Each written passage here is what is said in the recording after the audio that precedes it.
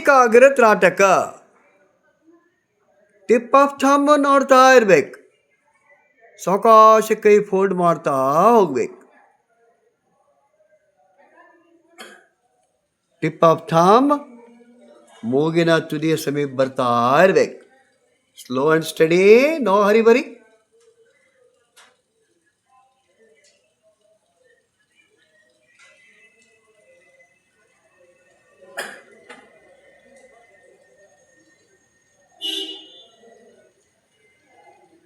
ಎಷ್ಟು ಸಾವಧಾನ ಸ್ಥಿತಿಯಲ್ಲಿ ಮಾಡ್ತೀವೋ ಅಷ್ಟರ ಮಟ್ಟಿಗೆ ನಮ್ಮ ಉಸಿರಾಟದ ಮೇಲೆ ನಮ್ಮದು ನಿಯಂತ್ರಣ ಇರುತ್ತೆ.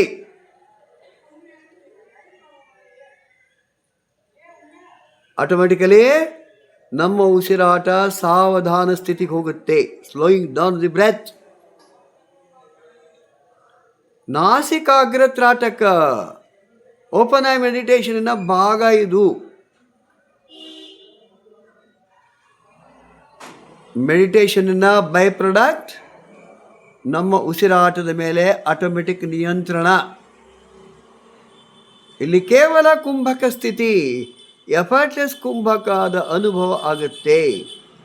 ಯಾವುದೂ ವಿಶೇಷ ಪ್ರಯತ್ನ ಮಾಡಲಾರ್ದೇನೆ ನಮ್ಮ ಉಸಿರಾಟ ಸಾವಧಾನ ಸ್ಥಿತಿಗೆ ಹೋಗುತ್ತೆ. ಕೆಲವು ಸಲ ಶೂನ್ಯ ಸ್ಥಿತಿಯಲ್ಲಿರುತ್ತೆ.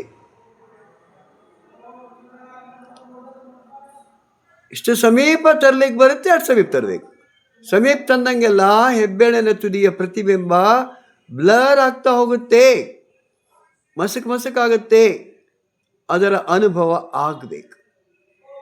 ಎಷ್ಟೋ ಸಲ ನಮ್ಮ ದೃಷ್ಟಿ ಹೆಬ್ಬೆರಳಿನ ತುದಿಯನ್ನ ದಾಟಿ ಹೋಗುತ್ತೆ.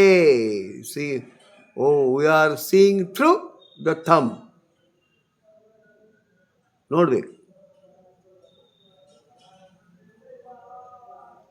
ಸಮೀಪ ಬಂದ ನಂತರ ವಾಪಸ್ ಡಿಫೋಕಸಿಂಗ್. ಪುನಃ ತನ್ನ ಮೊದಲಿನ ಸ್ಥಾನಕ್ಕೆ ಹೋಗ್ಬೇಕು. ಕೈ ಜಗ್ತಾ ಹೋಗ್ಬೇಕು, ಸಾವಕಾಶ ಹೋಗ್ಬೇಕು. ಹೆಂಗೆ ಸಾವಕಾಶ ಬಂದಿದ್ದೀವೋ ಅದೇ ಥರ ಸಾವಕಾಶ ಹೋಗ್ತಾ ಇರ್ಬೇಕು. ಡಿಫೋಕಸಿಂಗ್.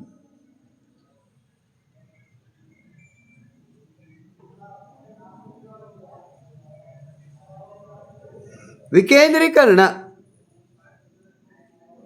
ಹರಿದು ಹಂಚಿ ಹೋಗ್ತಕ್ಕಂಥ ಮನಸ್ಸನ್ನು ಒಂದು ಬಿಂದುವಿನ ಮೇಲೆ ನಿಯಂತ್ರಣ ಮಾಡೋ ಕೆಲಸ ಮಾಡ್ತಾ ಇದ್ದೀವಿ.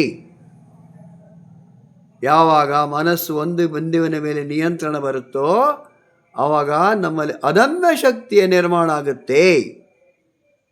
ಮೆಮೊರಿ ಪವರ್, ಕಾನ್ಸಂಟ್ರೇಷನ್, IQ ಇದೆಲ್ಲದರಲ್ಲಿ ಸುಧಾರಣೆ ಆಗುತ್ತೆ.